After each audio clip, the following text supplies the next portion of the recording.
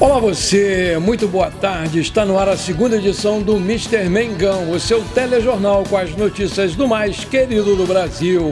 Novo Arrascaeta, Flamengo quer promessa argentina para se reforçar para o Mundial de Clubes da FIFA. Flamengo tem a melhor defesa de 2025 entre os clubes da Série A. Ex-jogador e comentarista Zé Elias enche a bola do Flamengo e fala sobre o meio de campo. Essas e outras você confere agora. Fica comigo até o final, porque aqui tem muito mais Flamengo pra você. O Flamengo entra em campo amanhã, feriado, dia do trabalho, para enfrentar o Botafogo da Paraíba em jogo válido pela terceira fase da Copa do Brasil. Antes de embarcar, o elenco encerrou a sua preparação para esse jogo num treino feito no Ninho do Urubu na tarde dessa quarta-feira. Segundo a programação divulgada pelo Flamengo, depois do treino o elenco vai viajar em voo fretado marcado para as 21h25, horário de Brasília, para São Luís do Maranhão. Pensando no que o Felipe Luiz disse na sua última coletiva, que o ataque ganha jogo, mas a defesa que ganha campeonatos, é bom lembrar que o Flamengo tem a melhor defesa de 2025 entre os clubes da Série A do Brasileirão. Em 25 jogos, sofreu apenas 12 gols, ou seja, uma média de 0,48 gols por partida. No domingo, após a goleada por 4-0 contra o Corinthians, a equipe não foi vazada pelo quinto jogo consecutivo.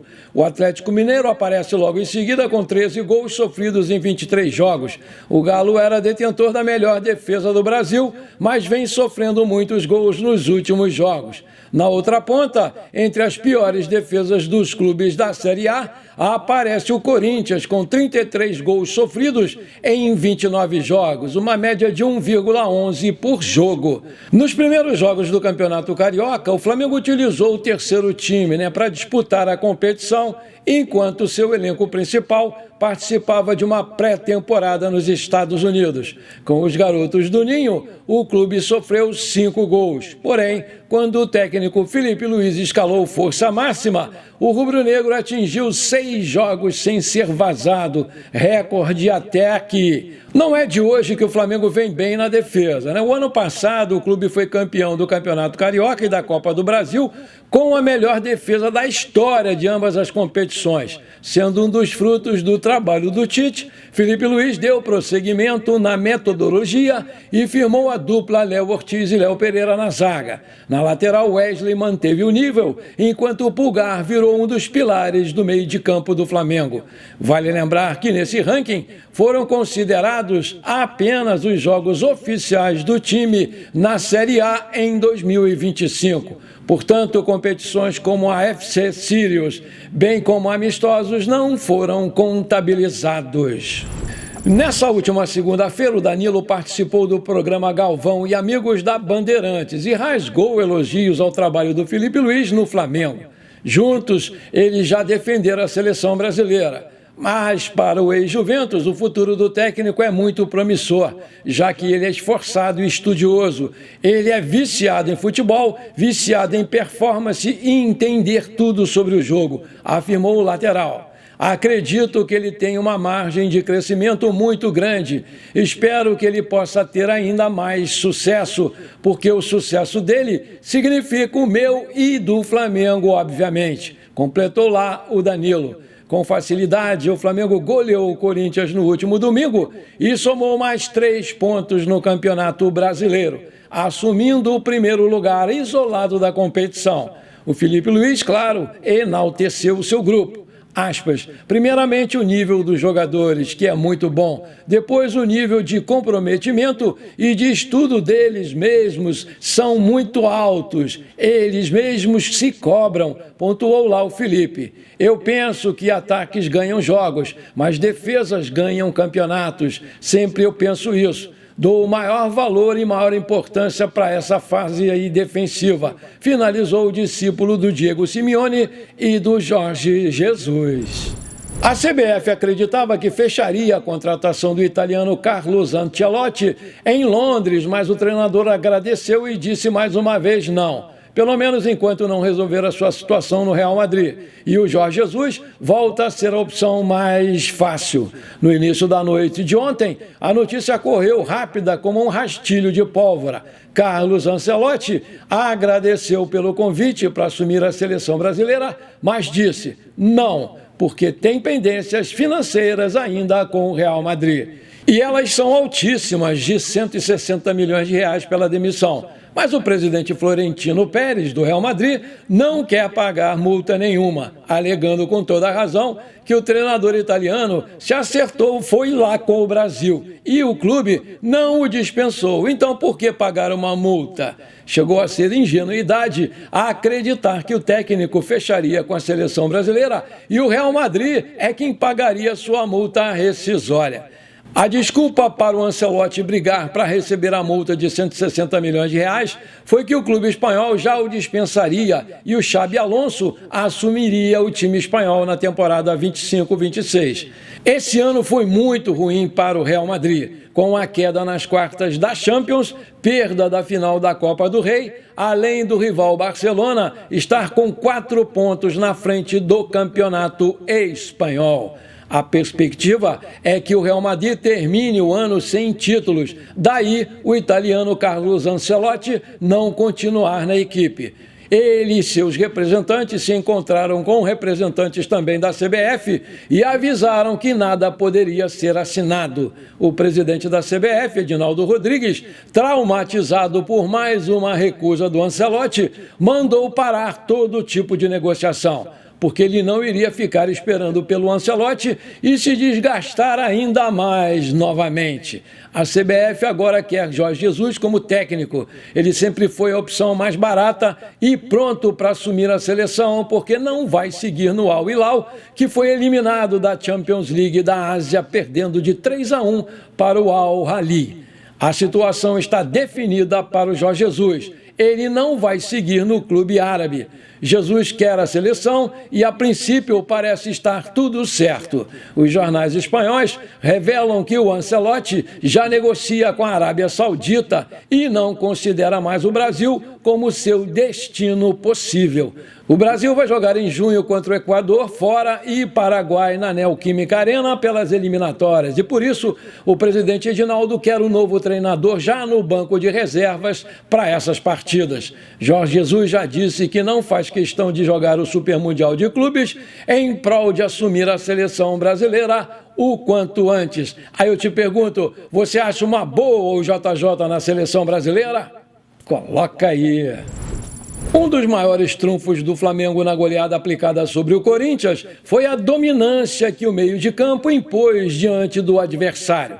Com mais uma partida de almanaque do Éric Pulgar e do Nico de la Cruz, que foram muito elogiados pelo ex-volante e hoje comentarista da ESPN, Zé Elias. O ex-jogador revelado justamente pelo Corinthians e de história no clube paulista exaltou demais a atuação aí da dupla de volantes do Flamengo, principalmente a atuação do chileno Éric Pulgar. O Flamengo mostrou realmente que é o melhor time do Brasil. Impressionante o que está jogando esse Éric Pulgar. Como eu fui um jogador de meio de campo, a gente acaba observando mais os caras que jogam naquela posição. É impressionante a cobertura. Teve uma hora que o Corinthians saiu num contra-ataque. Ele deu um carrinho antes do cara jogar, porque ele já tinha feito a leitura da jogada. Então, quando o cara tocou, ele já tinha roubado a bola, avaliou lá o Zé Elias. A respeito do De la Cruz, ele comentou sobre o seu dinamismo e como esteve presente nas jogadas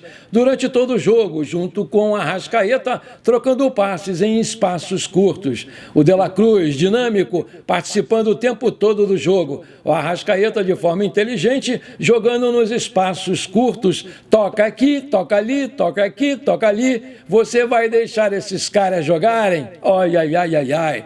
Com isso, o Zé Elias definiu que o meio de campo do Flamengo é quem controla todo o jogo, sendo o cérebro de uma equipe que, se der liberdade, vai pensar e vai jogar muito. Acontece o que aconteceu contra o Corinthians, um baile, um show de bola contra um time dominante e avassalador. Conforme apontado pelo Zé Elias, a forma como o Pulgar ajudou a controlar e ditar o ritmo do jogo se mostra definitivamente quando se olha para a porcentagem de acertos nos passes. Contra o Corinthians, o volante chileno tentou 52 passes, acertou 51 passes, 98%. Além disso, se destacou também pelo número de duelos, 8, cortes, 4, interceptações, 1 e passes decisivos, 1. No SofaScore, ele terminou com uma nota 7,8. Já o De La Cruz, assim como o Pulgar, teve um aproveitamento absurdo nos passes, acertando 95% deles, 69 em 73, destacando-se também nos decisivos, com 2 para a criação de jogadas ofensivas muito importantes. O uruguaio teve ainda uma grande chance desperdiçada, 2 interceptações, 5 de 6 lançamentos certos e somente um drible sofrido por ele. Maravilha! Se você está curtindo esse programa, então não esquece, manda abraço agora no like para fortalecer o nosso canal. Se você ainda não é inscrito, bora lá, me dá esse prazer, me dá essa moral, aperta o botão inscrever-se, aperta o sininho ali e pronto. Compartilhe também esse programa com seus amigos e parentes flamenguistas. E agora também tem um botão novo aí chamado Hype, né? É só você arrastar o seu comentário para a esquerda que vai aparecer o botãozão Hype. Aperta ele, é de graça, você não paga nada e ainda me ajuda demais a crescer o canal. Muito obrigado!